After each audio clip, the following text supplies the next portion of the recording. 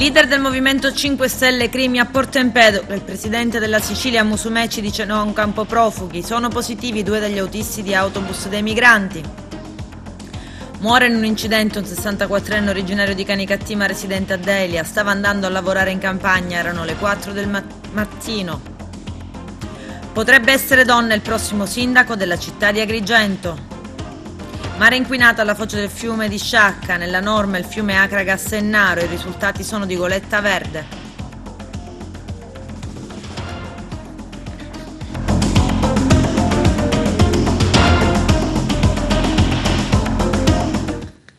Bentrovati gentili telespettatori al nostro appuntamento con l'informazione. Il capo politico del Movimento 5 Stelle e Vice Ministro dell'Interno Vito Crimi a Porto Empedocle per l'emergenza migranti. Il nostro direttore Arturo Cantelli. Visita ieri dell'onorevole Vito Crimi al comune di Porto Empedocle. Crimi attualmente ricopre il ruolo di capo del partito 5 Stelle e di Vice Ministro dell'Interno, che ha voluto così accogliere l'appello del sindaco Ida Carmina per via dell'emergenza sanitaria che si è venuta a creare con l'arrivo in città di circa 350 migranti, tra cui una trentina soggetti al Covid-19. Crimi ha raccolto con sé una decina di parlamentari siciliani in sostegno al sindaco Carmina. Sentiamola all'arrivo al comune empedoclino. Per dare la nostra massima solidarietà al nostro sindaco, ma anche per cercare di capire quali possono essere le soluzioni da affrontare. Oggi siamo di fronte a un'emergenza, un aumento degli sbarchi che arrivano in particolare dalla Tunisia, quindi questo è un fenomeno che va affrontato in questi termini. Noi dobbiamo dire con chiarezza che chi non ha diritto di rimanere in Italia deve tornare nel proprio paese. Con la Tunisia ci sono degli accordi di rimpatrio, quindi è possibile farlo e su quelli stiamo lavorando e lavoreremo. Poi col Ministero dell'Interno e adesso anche con Ida parleremo di alcune iniziative, stiamo mettendo in campo alcune iniziative per ridurre la pressione ovviamente sul comune di Porto Empedocle e affrontare con la massima sicurezza per i cittadini, perché è la nostra priorità, la sicurezza e la salute dei cittadini. Non possiamo vanificare gli sforzi fatti fino adesso, quindi credo che su questo non ci sono obiezioni o altre questioni da parte di nessuna forza politica di maggioranza. Bisogna tutelare la salute dei cittadini, per cui su questo stiamo lavorando. Anche il Ministro degli Esteri e il Ministro degli Interni stanno lavorando anche con la Tunisia per gli accordi per il rimpatrio. La riunione è durata circa un'ora, poi visita alla tensostruttura. A piedi il parlamentare si è recato a vedere com'è la situazione, uno scenario non molto edificante quello che si è visto, un centinaio di uomini ammassati nel recinto che con un caldo afoso cercavano ristoro all'esterno, la polizia allerta a fare ben guardia con diversi cellulari e auto di scorta. La tensione è salita anche qualche giorno fa, dove i migranti hanno anche tentato una rivolta all'interno dei locali.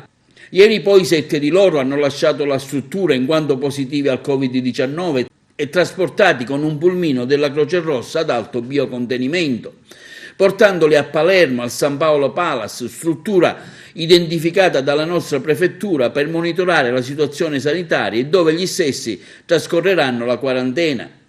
Sono stati scoperte altre 28 persone infette al Covid, ci vorranno quindi successivi trasporti, in quanto il pulmino ne può fare solo 7 alla volta. L'impegno di Crimi per la soluzione del problema a Porto Empedocle sarà massimo, così come ha dichiarato al termine della riunione al Comune. Poi visita in prefettura e incontro con il prefetto Maria Rita Cocciufa.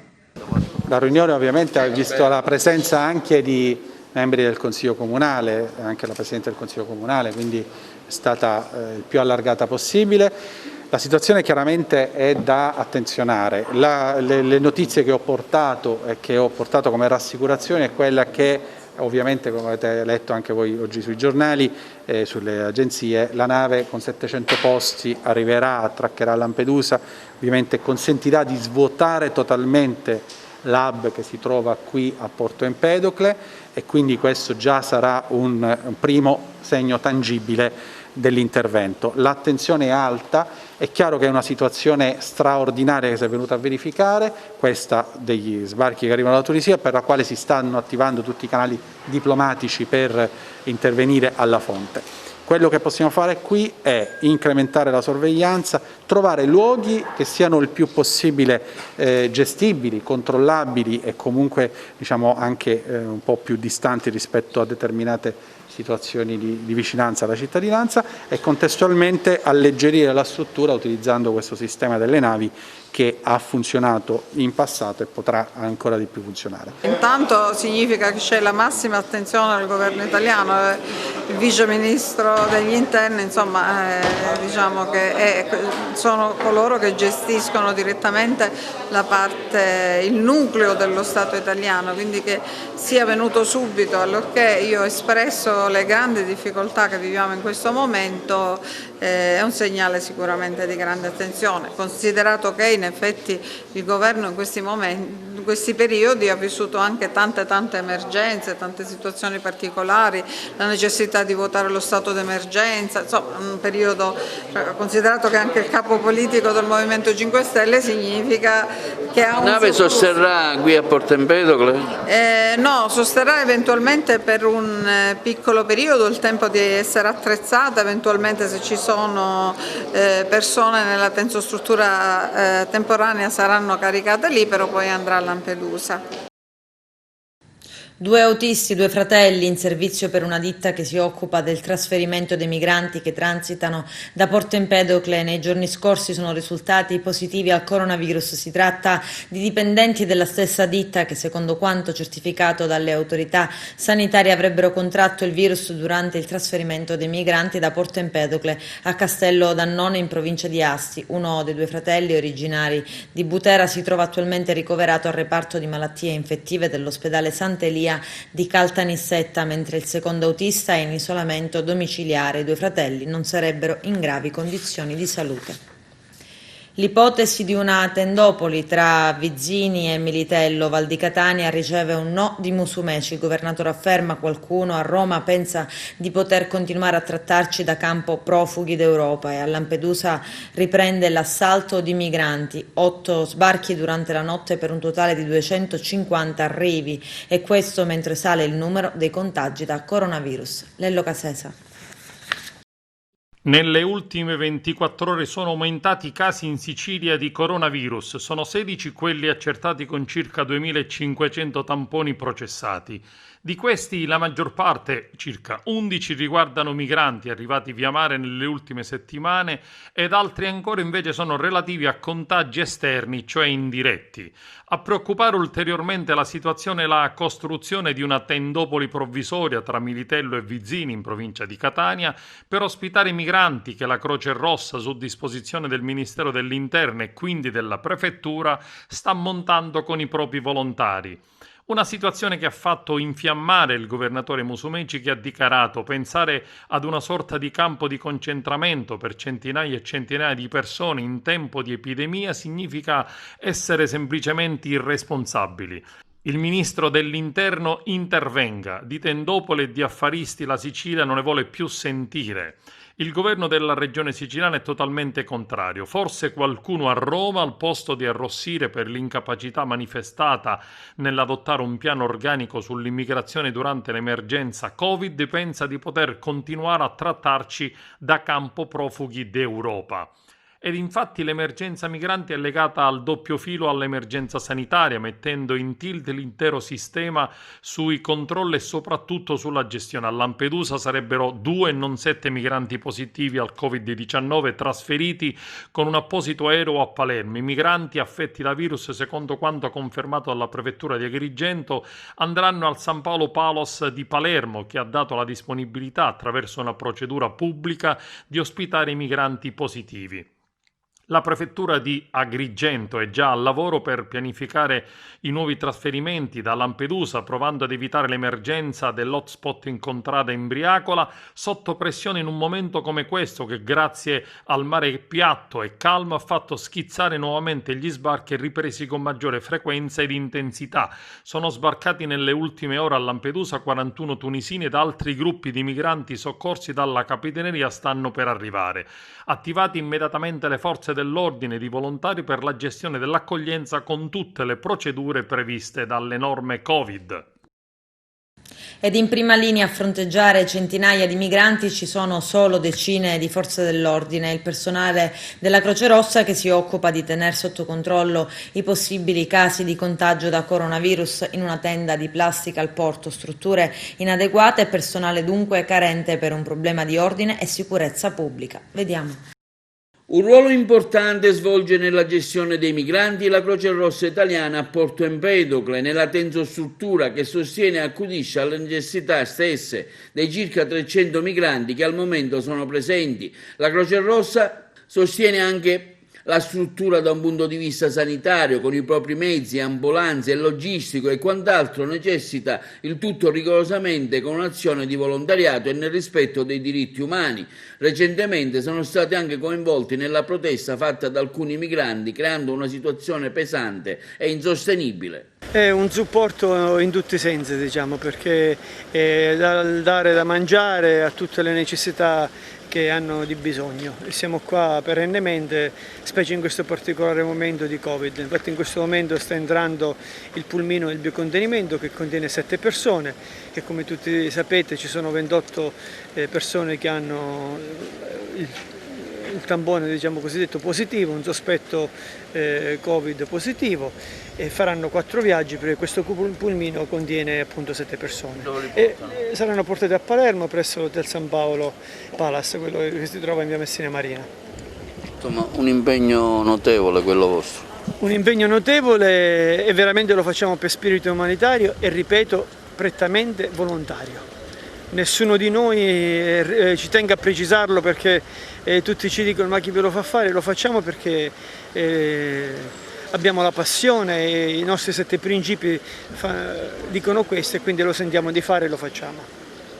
Subiamo ondate di sbarchi, le fughe di massa dai centri d'accoglienza dei migranti, alcuni sono positivi al coronavirus, non ci sono più controlli né test sierologici obbligatori per i turisti. Nella Sicilia ormai non più covid-free, nel business dell'accoglienza e del turismo tutto è concesso, ma i controlli nei locali della Movida sono ferrei. Lello Casesa. Chiuso per 5 giorni uno degli stabilimenti sul viale delle Dune maggiormente frequentati dai giovani della provincia agrigentina. Ad assumere la decisione il prefetto di Agrigento, Maria Rita Cocciufa, dopo l'esecuzione di un verbale di accertamento e multa salata intorno all'1:30 della notte durante una serata di qualche giorno addietro con oltre 400 giovani sulla spiaggia senza mascherine e distanziamento. Rischio epidemiologico, assembramento e mancanza di dispositivi di protezione nel provvedimento di chiusura a firma del prefetto di Agrigento che pur nella legittima decisione assunta crea confusione e qualche spunto di riflessione.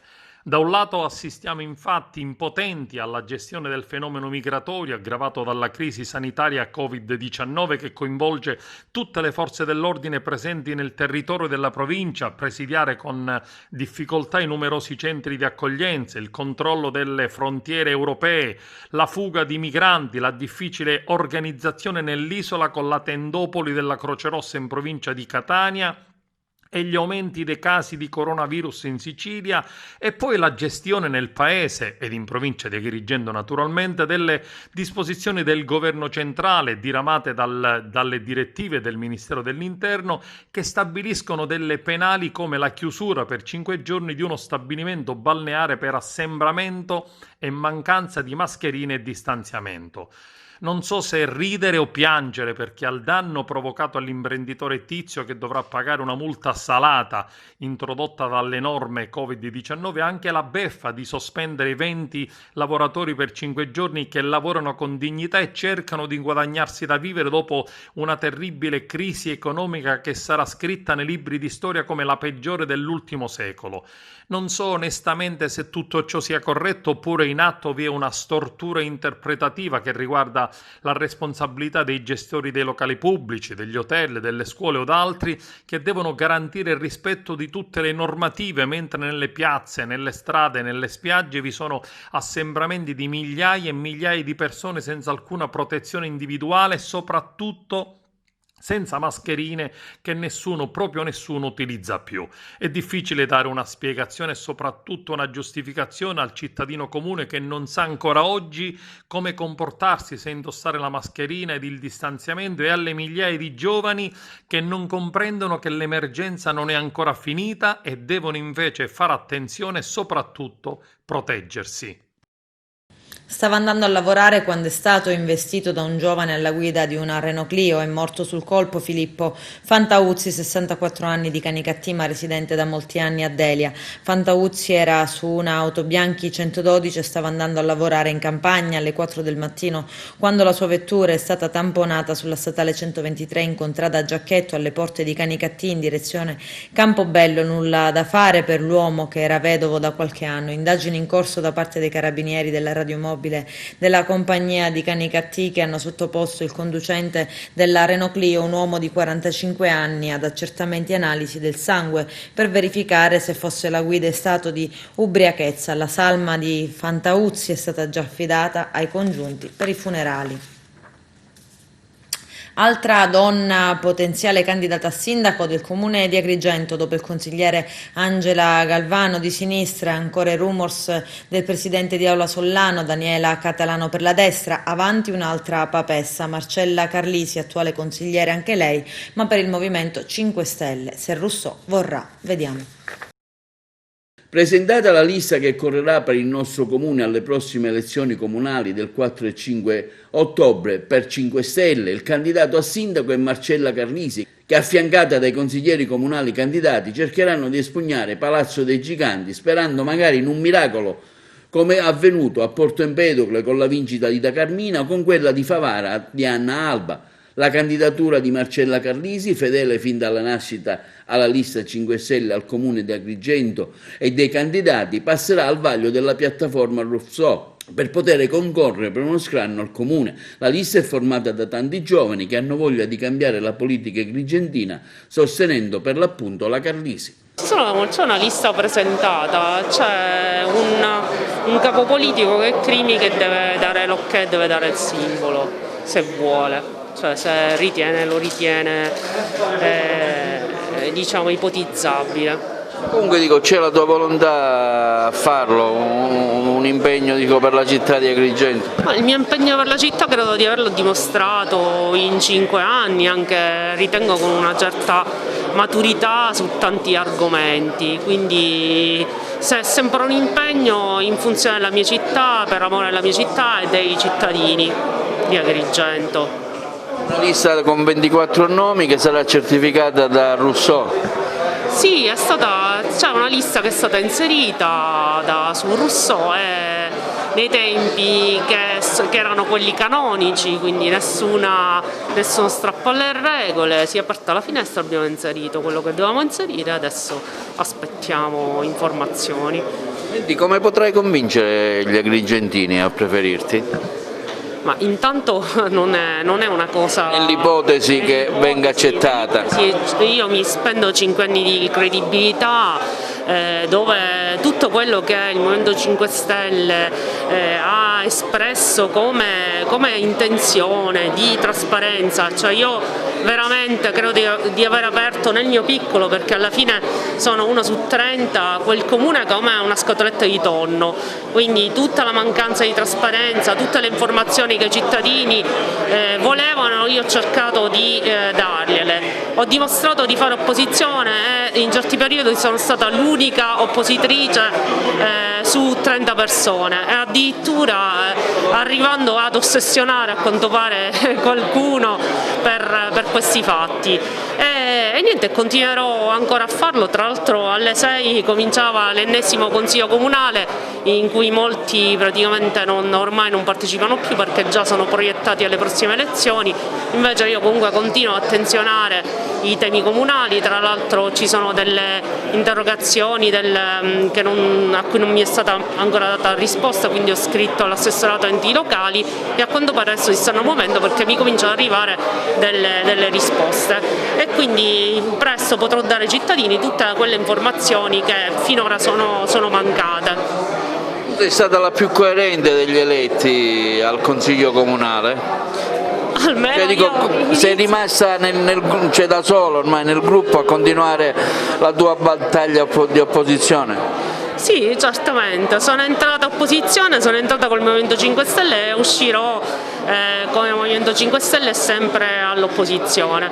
Ho fatto il mio lavoro nella commissione, in consiglio comunale, studiando tutti gli atti e oggi come oggi sono abbastanza competente su tutti i temi che si sono trattati, dai cimiteri ai bilanci, alle casette dell'acqua che abbiamo introdotto noi, abbiamo chiesto noi del Movimento 5 Stelle nel 2016, agli animali con l'ambulatorio che ancora però non ne vede luce. Speriamo che in prossimità delle elezioni quantomeno l'attuale sindaco Firetto lo inauguri.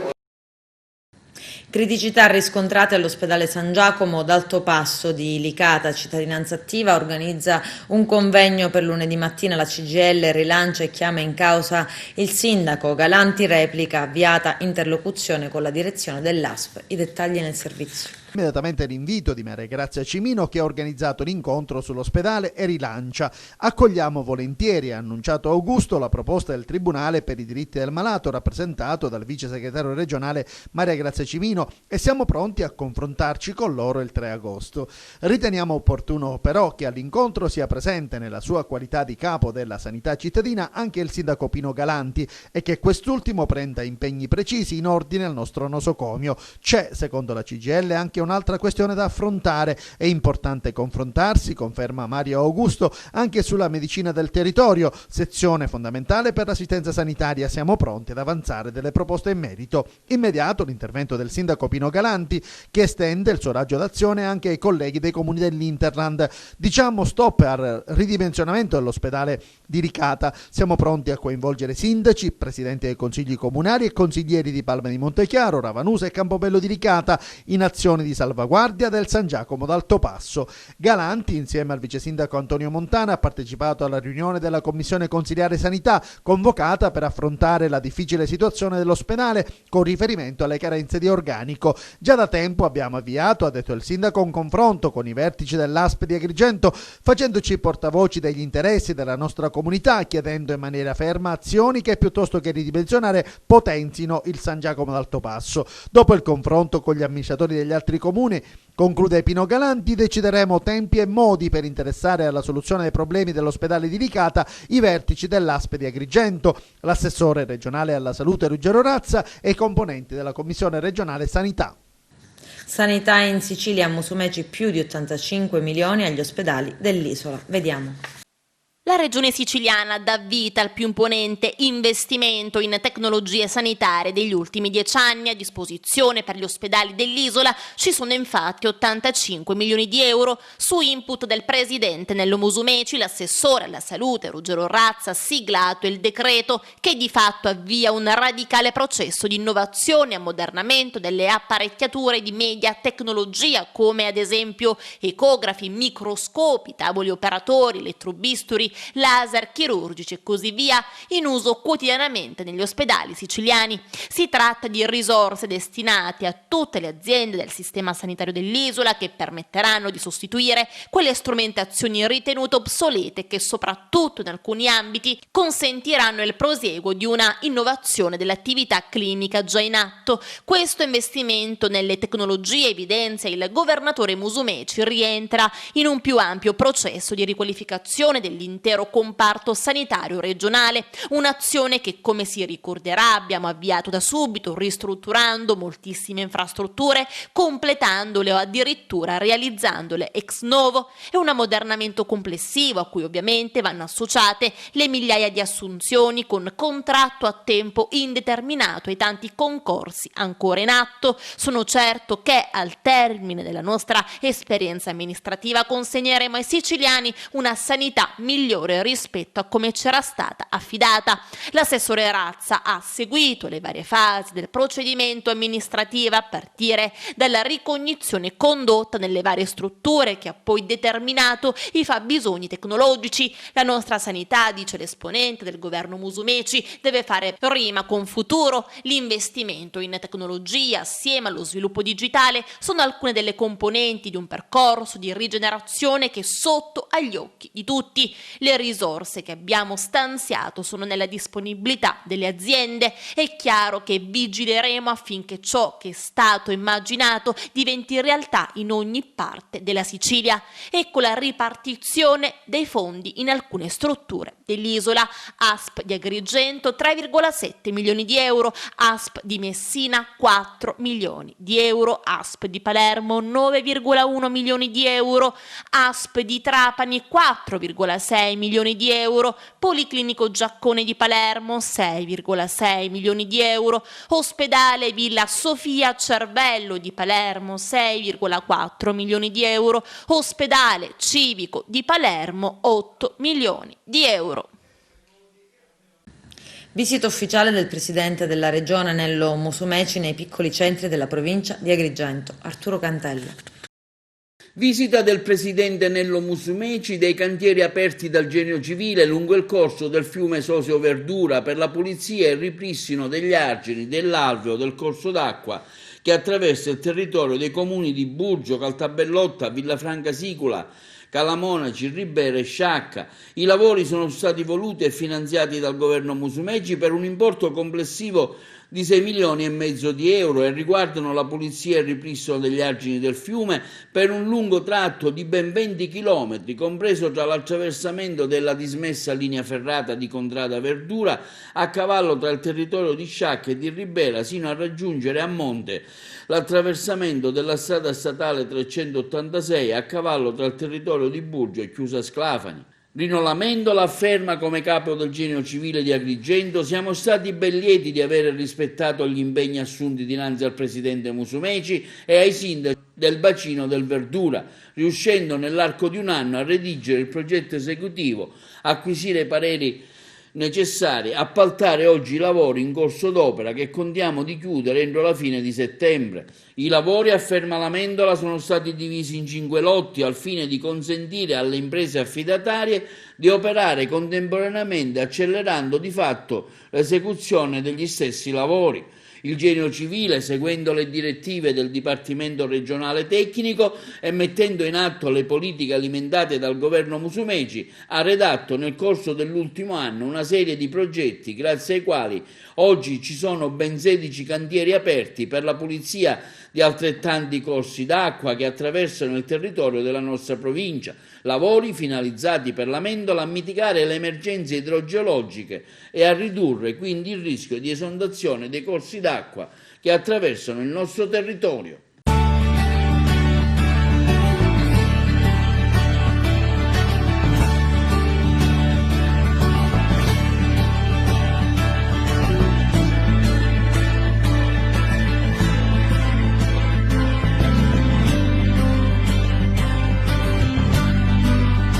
Per un lavoro del genere non si deve aspettare 30 anni. Quindi io chiedo scusa ai cittadini di queste aree per aver dovuto attendere così tanto per un'attività che invece la Regione avrebbe dovuto consentire con periodica frequenza. Tenere puliti i fiumi, correggere gli alvei quando è necessario, evitare ostacoli, controllare se la foce e lo sboccamare è libera. Tutto questo è un'attività di prevenzione che va fatta perché serve a scongiurare il peggio. Su questo fiume si è atteso per tanto tempo, tante promesse mai mantenute, adesso abbiamo dato seguito ad una ferma volontà manifestata lo scorso anno in un incontro che io ho avuto con i sindaci nel Riberese.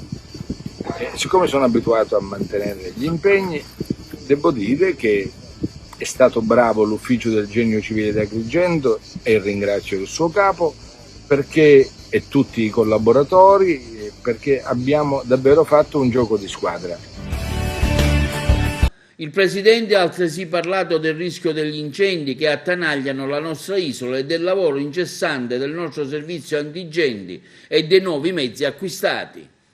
Solo dire che il Corpo Forestale, per esempio, che svolge un servizio di prevenzione, si tratta quasi sempre di incendi dolosi, come sapete purtroppo, perché i delinquenti non mancano, e il Corpo Forestale era destinato alla soppressione, all'esaurimento. Man mano che andavano in pensione non venivano sostituiti.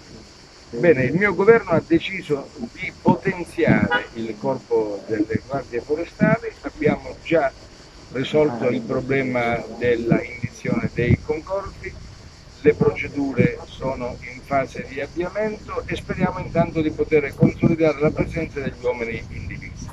Poi ci sono i lavoratori che sono preposti, quelli stagionali, a questo tipo di attività e abbiamo anche fatto ricorso all'ausilio di elicotteri da noi affittati, naturalmente con costi significativi, proprio perché pensiamo che intercettare l'incendio prima ancora che divampi possa essere una condotta assolutamente responsabile per contenere i danni. La Sicilia è terra di incendi, il rischio boschivo è uno dei più frequenti nella nostra isola.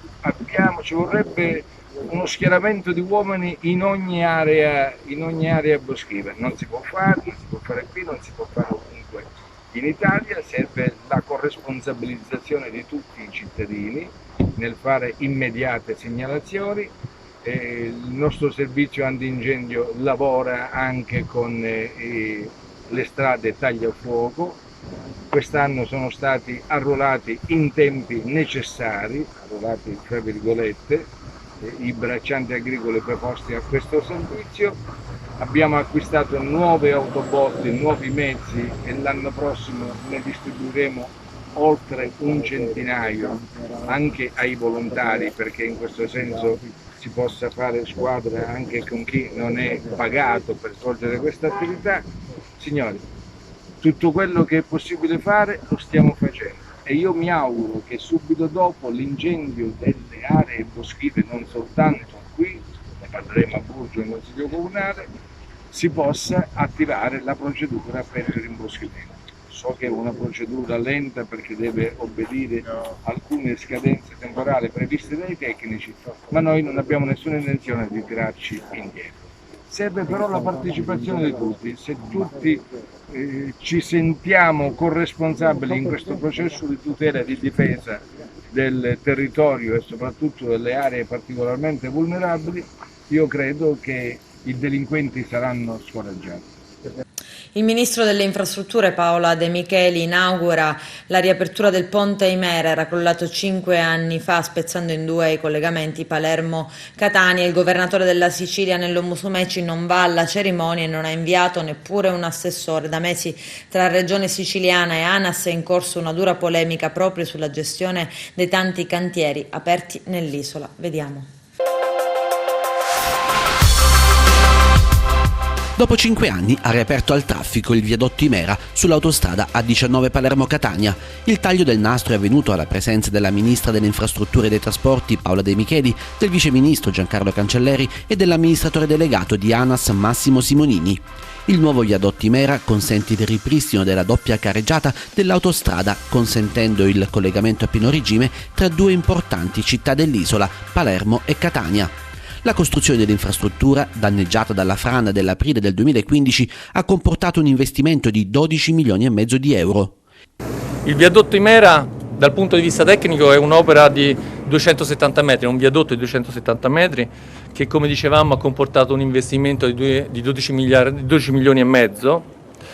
È stato realizzato in acciaio, sono 3 campate, di cui la campata centrale di 130 metri che è stata pensata appositamente per scavalcare la frana che ha creato il problema al vecchio viadotto, ovviamente.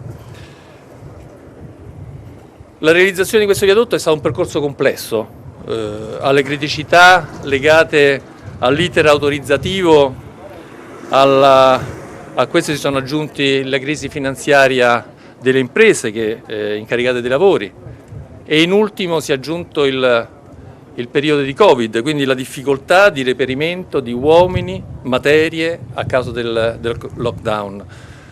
Ma comunque sia l'impresa non si è fermata, è andata avanti. E a questo proposito, nonostante l'emergenza sanitaria, anche ANAS è andata avanti, anzi nel rispetto delle misure di contenimento del virus ha continuato a svolgere le proprie attività per consentire il transito delle merci, ha continuato a bandire gare, a svolgere attività amministrative, quindi abbiamo fatto il possibile per garantire l'operatività dei cantieri stradali. Allora noi oggi come Ministero, come Governo in Sicilia e nel Paese abbiamo fatto un grandissimo investimento sulle manutenzioni e sulla sicurezza. Quello che diceva prima Simonini è fondamentale. Programmare gli interventi di manutenzione significa garantire la sicurezza delle persone che passano sulle nostre strade, sulle nostre autostrade, vivono, lavorano attraverso i nostri sistemi di trasporto, per consentire loro di poterlo fare in tranquillità, perché i siciliani, come tutti gli italiani, meritano di potersi muovere sapendo che possono stare tranquilli. E allora c'è la manutenzione programmata, ma c'è anche una decisione che abbiamo preso all'inizio del nostro mandato di mettere a terra tutti quelli che sono i sistemi tecnologici nuovi, moderni, per garantire questa sicurezza. E su questo viadotto noi attuiamo, grazie appunto alle tecnologie più moderne, un sistema di monitoraggio che è un sistema di monitoraggio modello e che applicheremo e attueremo in tante parti d'Italia, su tanti viadotti in giro per l'Italia di ANAS e non solo. Il viadotto è stato realizzato in acciaio con 3 campate di grande luce per uno sviluppo complessivo di 270 metri. La campata centrale, volutamente progettata con una luce di 130 metri, consente di scavalcare l'area interessata dalla frana, mentre le 2 pile e le relative fondazioni sono state posizionate ai margini della stessa e dimensionate per resistere al complesso quadro geomorfologico esistente sui versanti. Adesso c'è la pubblicità, tra poco. Mare inquinato in prossimità della foce del torrente Cansalamone a Sciacca. Nella norma invece le acque marine in prossimità delle foci dei fiumi Naro ed Acragas ad Agrigento. Ecco i risultati del monitoraggio di Goletta Verde. Arturo Cantella.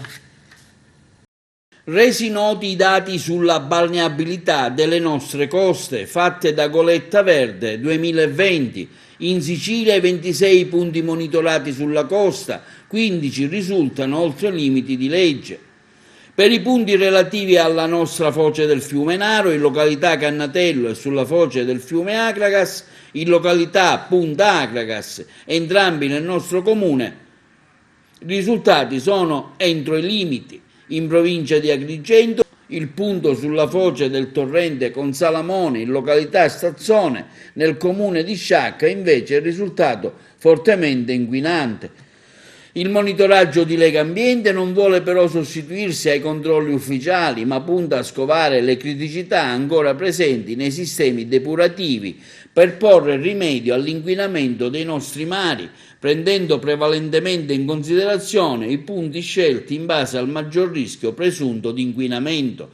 A Sciacca l'analisi sul torrente Consalamone confermano purtroppo la gravità della situazione, che non sembra voler essere risolta da anni, fortemente inquinato, mentre la sua bonifica dovrebbe diventare una delle priorità dell'amministrazione comunale saccense. Questo è quanto dichiara Daniele Gucciardo, presidente del Circolo Rabat. Ad Agrigento invece i risultati sono entro la norma, ci fanno tirare un sospiro di sollievo, convinti comunque per Gucciardo che c'è ancora molto da fare. Sul tratto terminale del fiume Acragas, come quello del fiume Naro, insistono decine di edifici che non sono collegati alla pubblica rete della fognatura o non hanno un adeguato sistema di trattamento dei reflui che vengono sversati direttamente o quasi all'interno dell'alveo. Si spiega così, continua Gucciardo, l'andamento altalenante dei risultati ottenuti nel corso degli anni. Nel 2019 il punto di monitoraggio sulla foce del fiume Acragas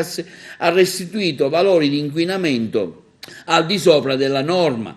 Della foce del fiume Naro non abbiamo dati storici e confrontabili, poiché solo da quest'anno è stata inserita tra i luoghi da monitorare perché ne riconosciamo e ne apprezziamo il valore naturalistico. A Messina in centinaia in piazza per dire sì al ponte sullo stretto. C'è il servizio.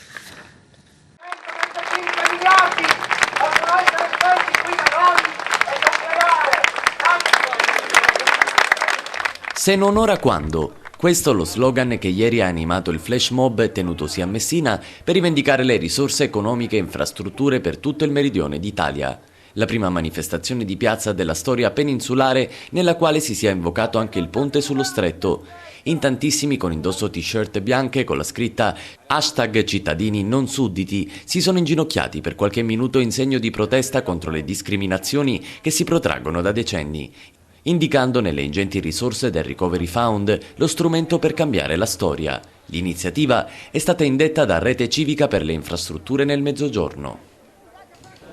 Perché il vero disastro di tutti questi anni purtroppo c'è il fatto che l'Italia finisce a Gaeta, finisce a Napoli, non sono previste la realizzazione di infrastrutture ad alta velocità e ad alta capacità sotto Salerno per Palermo. Questo è un fatto di gravità estrema che dimostra sempre di più che purtroppo c'è una parte dell'Italia, Sicilia, Calabria, Puglia, Basilicata, che viene considerata semplicemente una colonia per questo paese. Questo è il dato purtroppo oggettivo e indiscutibile.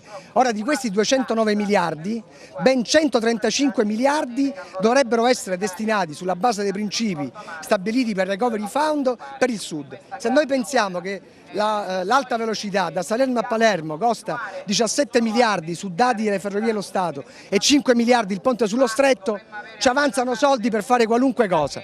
Questo è il dato oggettivo. Speriamo che non finiscano di nuovo per la pedemontana lombarda, la pedemontana veneta, per l'alta velocità da Torino a Trieste, da Torino a Lione. Ecco, il dato oggettivo deve essere che il Sud deve essere messo nelle stesse condizioni egualitarie del resto del Paese.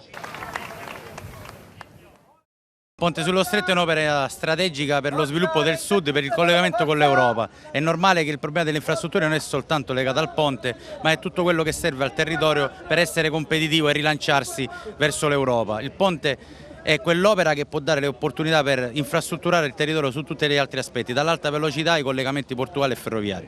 Le condizioni ci sono perché in questo momento le risorse immesse dall'Europa, dettata al post pandemia Covid-19, danno le opportunità reali per la costruzione del ponte. È normale che non possiamo perdere questa opportunità e probabilmente sarà l'ultima.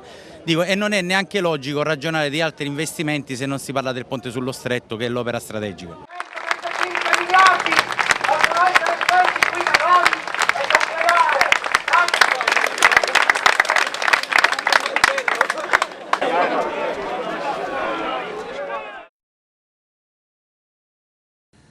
Nuovo importante colpo mercato per l'Akragas. Scopriamo chi è il nuovo giocatore nel servizio. Nuovo importante colpo di mercato per l'Akragas della presidente Sonia Giordano. La società biancazzurra rinforza così il reparto difensivo con l'innesto di Andrea Punzi, originario di Palermo, classe 97, alto 1,80 m. Andrea Punzi è un difensore centrale e lo scorso anno ha vestito la maglia del Palazzolo in eccellenza.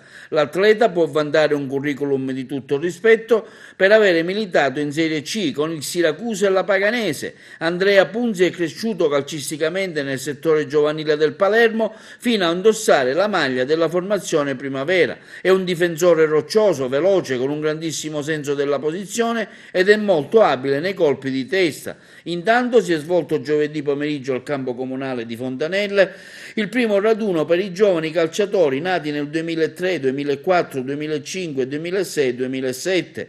Lo stage è stato rivolto all'individuazione di elementi da poter aggregare all'organico della prima squadra biancazzurra. Delle varie formazioni del settore giovanile hanno risposto all'invito una cinquantina di giovani atleti arrivati da altri centri della provincia agrigentina. Lo stage è stato presieduto dal responsabile del settore giovanile Dino Di Rosa, dal preparatore dei portieri Giovanni Costantino, dagli allenatori Nobile ed Emiliano Bellavia. Ha collaborato con l'allenatore anche Lillo Volpe. Nei prossimi giorni sarà comunicata la data del secondo stage. Diciamo così che è andata bene, è venuta un po' di gente. Ora dal prossimo vediamo un pochettino se riusciremo a fare sia la Juniores, gli allievi che l'Under 15. Come ti sono sembrati questi ragazzi? Diciamo che la maggior parte già sapevo chi erano e sono tutta gente brava. Che importanza darete quest'anno al settore giovanile? Guarda, secondo me per la base che debbono fare è importantissimo fare un settore giovanile buono, così un domani da poter fare da serbatoio per la prima squadra. Cosa vuol dire, cosa rappresenta per te questa carica responsabile del settore giovanile dell'Agragas? Vabbè, è una cosa bella, diciamo così, è una cosa che mi fa crescere. Cercheremo di dare il meglio per la causa. Conferma in casa Canicattì Calcio, per il 4º anno consecutivo vestirà la maglia biancorossa il promettente giovane Vittorio Caronia. Ecco la situazione del mercato, il servizio. Il direttore sportivo del Canicattì Calcio, Alessandro Avarello, lavora in maniera frenetica per dare un volto alle Canicattì 2.0. Ieri è stata annunciata la riconferma di uno dei giovani più interessanti del panorama calcistico siciliano e l'innesto di un centrocampista. Partiamo dalla riconferma. Si tratta di Vittorio Caronia, centrocampista classe 2000, che vestirà per la 4ª stagione consecutiva la maglia biancorossa. Il forte centrocampista palermitano, spiega la società del presidente Angelo Licata, è oramai legato a questi colori da diverso tempo e nonostante le tante proposte ha deciso di proseguire la sua esperienza biancorossa sotto la guida tecnica di mister Pippo Romano. Arriva a Canicattì anche Filippo Caternicchia, centrocampista di 21 anni ma all'occorrenza anche difensore centrale proveniente dall'Agragas. Il calciatore nasce nelle giovanili dell'Agragas per poi spostarsi a Latina e a Licata, dove nella passata stagione ha disputato solo la prima parte con la maglia giallo-blu per fare il ritorno ai giganti. Adesso Caternicchia si calerà nella sua nuova esperienza al Canicattì. La situazione della rosa è questa: Federico Valenti portiere, Giuseppe Tedesco difensore, Walter Malluzzo centrocampista, Vittorio Caronia centrocampista, Giuseppe Iezzi attaccante, Simone Fiore difensore, Danilo Greco centrocampista, tutti riconfermati. I nuovi invece sono Giuseppe Prestia, un ritorno gradito per lui, Pietro Marino difensore centrale, Claudio Velardi punta centrale e l'ultimo arrivato Filippo Caternicchia centrocampista. Con questo è tutto, termina qui l'edizione del telegiornale. Grazie per la gentile attenzione, per essere stati con noi e buon weekend, a presto.